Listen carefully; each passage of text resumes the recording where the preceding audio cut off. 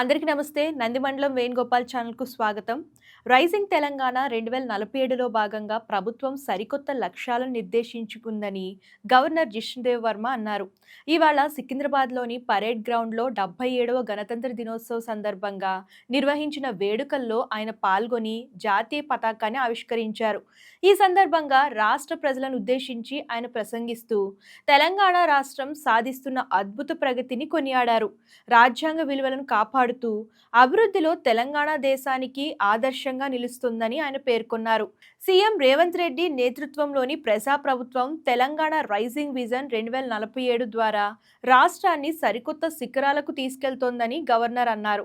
మహిళలను కోటీశ్వరులను చేయాలనే లక్ష్యంతో ఇందిరా మహిళా శక్తి పథకం ద్వారా 40,000 కోట్ల బ్యాంకు అనుసంధానం కల్పించడం గొప్ప విషయమని గవర్నర్ అన్నారు.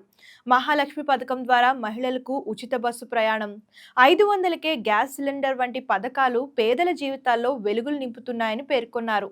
62,749 ఉద్యోగ నియామకాలు పూర్తి చేసి యంగ్ ఇండియా స్కిల్ యూనివర్సిటీ ద్వారా యువతకు ఉపాధి కల్పిస్తున్న తీరును ఆయన ప్రశంసించారు. ఫ్యూచర్ సిటీ, మూసీ పునరుజ్జీవనం, మెట్రో రెండో దశ వంటి ప్రాజెక్టులు హైదరాబాద్ రూపురేఖలను మారుస్తాయని గవర్నర్ ధీమా వ్యక్తం చేశారు.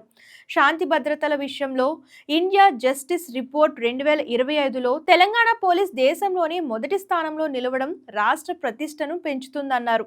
రాజ్యాంగం కల్పించిన హక్కులతో పాటు బాధ్యతలను కూడా నిబద్ధతతో నిర్వహించడమే మన రాజ్యాంగ నిర్మాతలకు ఇచ్చే అసలైన నివాళి అని గవర్నర్ జిష్ణుదేవ్ వర్మ అన్నారు. సో ఇంతకీ ఆయన చేసిన వ్యాఖ్యలు మీకు ఏమనిపిస్తుందో కామెంట్ రూపంలో తెలియజేయండి.